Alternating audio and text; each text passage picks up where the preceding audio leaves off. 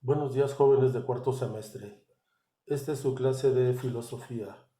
Bienvenidos. La clase pasada hablábamos acerca de algunas circunstancias que se necesitan para entender e inclusive para hacer filosofía. Entre ellos hablábamos acerca de la capacidad de tener asombro, así como de preguntarnos, de buscar alguna verdad o algunas respuestas y obviamente tener argumentación. En esta clase vamos a hablar acerca del conocimiento prefilosófico, del mito, así como de la religión, que eran los argumentos que manejaban antes de tener un método filosófico. Pondré algún ejemplo antes de entrar al tema.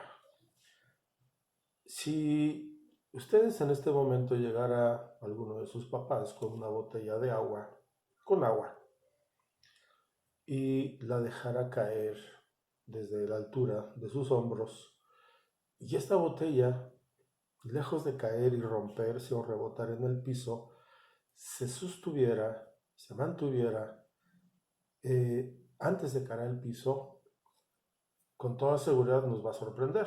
Diríamos que fue lo que pasó. Está rompiendo con toda nuestra experiencia. Nosotros daríamos por hecho que tendría que caer, inclusive romperse. Pero si este mismo ejercicio hipotético lo hiciéramos con un niño de 3 o de 4 años y quedara suspendida esta botella, ese niño no se sorprendería. ¿Por qué? Porque le falta la experiencia. Para él estaría siendo su primera experiencia que esta botella se mantuviera pues en el aire sin caer al piso. Entonces, la clase pasada que nosotros tuvimos en línea, yo les hablaba que era necesario o que recordaran cuándo fue la última vez que se sorprendieron. No estoy hablando de botellas que flotan o circunstancias extrañas. Basta cualquier actividad en nuestra vida que nos pudiera sorprender, que generara alguna duda, que nosotros buscáramos respuestas.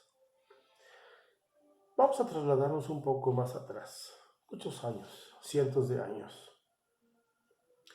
Los pueblos mesoamericanos entonces tenían una percepción muy profunda respecto de la flora y la fauna, es decir, había una comunión entre los pobladores y la flora y la fauna que los rodeaba, ya que era básico para ellos obviamente su alimentación. Tal es así que entre los mexicas, conocidos como aztecas, hacían sacrificios humanos, ofrendaban el corazón de un humano a el dios de la lluvia o al dios de la siembra para que fueran generosos y les dieran alimento. No había tiendas, no había almacenes, ni tiendas de supermercado o mercados. Entonces había que estar bien con los dioses para recibir el beneficio. Entonces vamos a hablar de este conocimiento prefilosófico, el cual se caracterizaba precisamente por tener ideas y representaciones no avaladas por la comprobación. Es decir, nada más se adquiría ese conocimiento de manera casual y de manera empírica. Es decir, por medio de la experiencia y de la práctica misma. Entonces, a esta forma de nosotros idealizar algo o de representar algo, sí, por ejemplo, entre los mexicas, vuelvo a poner el ejemplo, al dios de la lluvia lo presentaban y tenían el dios de Tlaloc. Y Tlaloc tenía sus ayudantes, los tlaloques, el cual proveían no solamente lluvia, sino granizo, neblina, nevadas, y entonces había que estar muy bien con todas estas personas. Entonces a esto le vamos a llamar conocimiento mágico, ya que se va a fundamentar principalmente, que son los temas, el mito, la magia y la religión, donde todo se va a representar de una manera imaginaria, es decir, se va a apartar del razonamiento. Todo esto lo que es el mito, la magia y la religión van a estar fundados precisamente en la fantasía, en la intuición, la creencia y por último en la fe. Y estos fenómenos o procesos naturales van a tratar de justificar estas personas que vivían en esta época a través de precisamente el mito, a través de la magia. Vamos a ver entonces qué es una cosmovisión. La cosmovisión son las formas a través de las cuales las personas o las culturas interpretaban o concebían lo existente en el mundo. Es un conjunto de creencias que nos permiten reconocer y analizar nuestra realidad a partir de la propia experiencia. Cada cultura en el mundo va a explicar la vida misma a través de su propia experiencia, es decir, de creencias, de cómo explicar los fenómenos que pasaban, que no había obviamente alguna ciencia que los ayudara y que los ayudara a encontrar una explicación científica o razonada.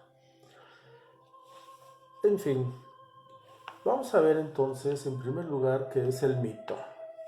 El mito es un relato preservado gracias a la tradición oral o de símbolos externados en piedras, en papiros, etc. De ahí que pueda existir muchas versiones de un mismo mito.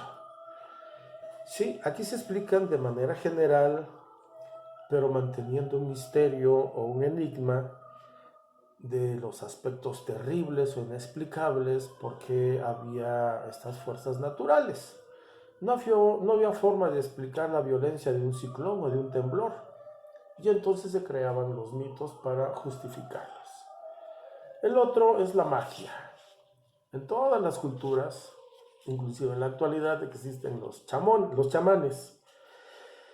Entonces, se trata de cómo una persona le va a dar la vida a diversos objetos y va a tratar de explicar a través de ello alguna sanación o alguna explicación de algún evento natural. Entonces la magia pretende dominar las fuerzas naturales con los mismos procedimientos con los cuales se crean los seres animados, los encantamientos, los exorcismos, los filtros o los talismanes. Entre los mexicas, había unas personas que se decían tenían poder sobre la lluvia, sobre los temblores, que podían cambiar su forma física, podían sanar o podían no solamente enfermar, sino matar a una persona. Se llamaban nahuales. Por último, vamos a hablar acerca de la religión. La religión es un sistema de creencias que proponen una garantía de salvación después de la muerte del ser humano. Y además, obviamente, ofrecen la vía para obtener y conservar esa garantía de una vida después de que se hayan muerto en este mundo. Entonces, la religión y la cosmovisión prácticamente van de la mano. En cambio, vamos a establecer ya la diferencia. La filosofía se va a basar precisamente apartándose del mito, de la magia, inclusive de la religión. Se va a basar la filosofía en la razón, en la autocrítica y en la experiencia. Y obviamente se va a expresar en términos coherentes y sobre todo va a reclamar la independencia del pensamiento humano.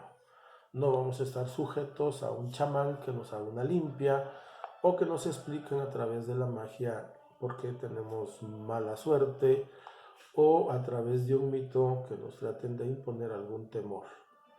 Gracias por su atención, no olviden sus evidencias, nos vemos la próxima clase. Quédate en casa.